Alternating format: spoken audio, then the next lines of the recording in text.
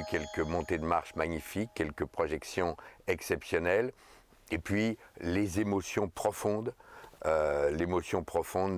évidemment partagée par des centaines de milliers, sinon des millions de Français, de cette première récompense tellement vigoureuse, tellement profondément émue de Lindon, ça me restera à jamais. La montée de Vincent, qui sait que le film a quelque chose, mais qui ne sait pas si c'est le film ou lui, ou le film à travers lui, il ne sait pas. Il regarde on habite à 200 mètres l'un de l'autre à Paris, on se voit tout le temps. Et depuis un paquet d'années, et de le voir monter là, c'était fraternel. Et moi je savais, lui il ne savait pas. Ce que j'ai entendu formuler par les frères Cohen l'année dernière, la veille de l'ouverture, lorsqu'ils ont dit, alors qu'on présentait le jury se présentait, et on dînait avec eux, Thierry et moi, et les deux, Joël et son frangin, ont dit, vous savez, on va beaucoup parler. On parlera peut-être même tous ensemble après chaque film, ou tous les deux films. Et on va surtout parler des films qu'on a aimés. Les films qu'on n'a pas aimés, ou majoritairement pas aimés, on ne va pas discuter pendant des heures. Ce sont des films qu'on aurait pu faire et qu'on aurait pu passer à côté.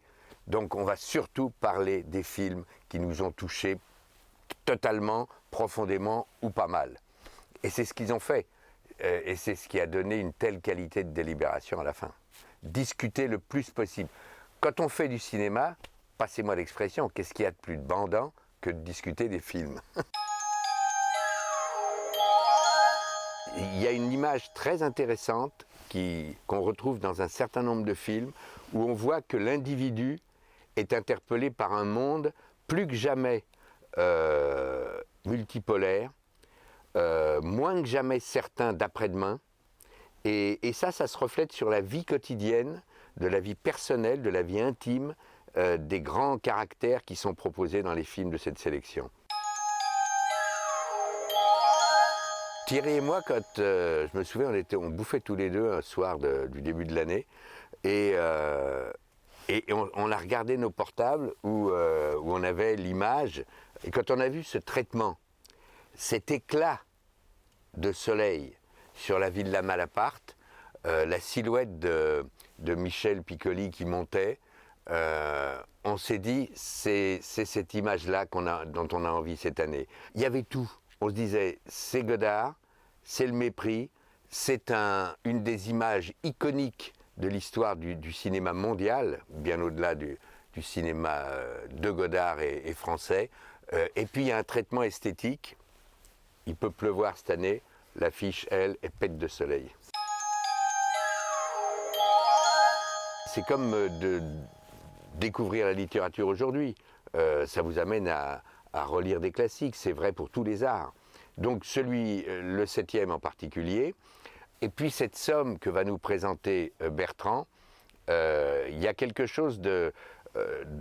c'est presque le Collège de France du cinéma français. Parce que Bertrand est venu de la critique, il est un historien vivant du cinéma, un conteur hors pair, qui vous raconte à la fois l'anecdote personnelle et en même temps l'histoire du film. Son regard sur le cinéma français, ça va rester la référence. Le présenter, c'est émouvant. Et c'est vraiment excitant de le présenter à Cannes Classique cette année. Merci à Bertrand.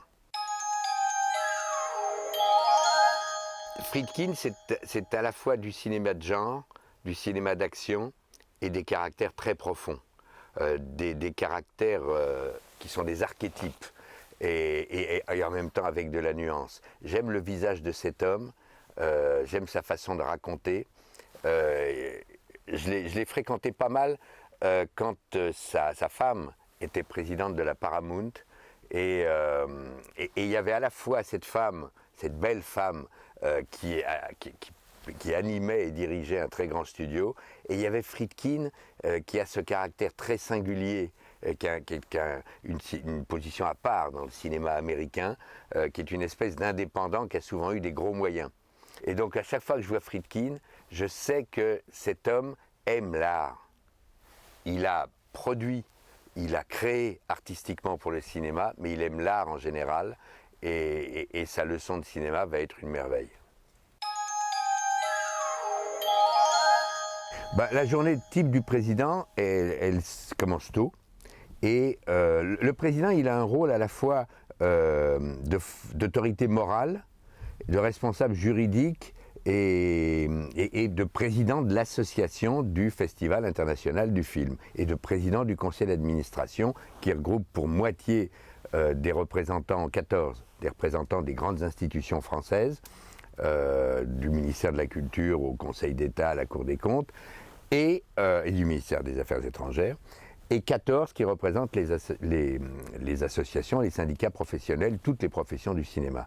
Donc cette autorité non exécutive est quand même une autorité morale, donc ça m'amène à avoir énormément de contacts avec les autorités françaises, européennes, mondiales, des relations avec tous les partenaires, donc c'est des rendez-vous du matin au soir, jusqu'aux montées de marche de l'après-midi ou du soir, où là je suis aux côtés de Thierry, et puis le soir il y a les projections, il y a tous ces dîners qui ne sont pas juste une occasion de bouffer, mais une occasion de recevoir dignement des gens qui à un degré ou à un autre contribuent au rayonnement du cinéma mondial, parce que c'est le festival de Cannes, il y a chaque année une sacrée bonne sélection française, mais c'est le festival international et les films viennent du monde entier. Que le film soit bien accueilli, ou a fortiori s'il l'est un peu moins bien, il faut être un ami à leur côté.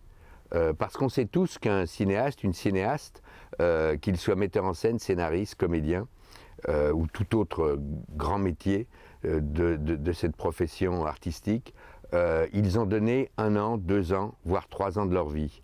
D'un seul coup, il y a un choc qui sera peut-être ensuite atténué par un succès plus public, voire de nombreux passages à la télé, mais il n'empêche que ce choc de Cannes, où les critiques ou les résonances peuvent être extrêmement brutales ou enthousiastes, dans les 2 cas, c'est un choc.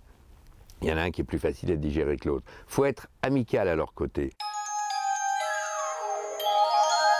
Ce sera très symbolique le 70e parce que c'est un anniversaire important. 70 ans, c'est pas moi qui vais dire le contraire, c'est un très bel âge.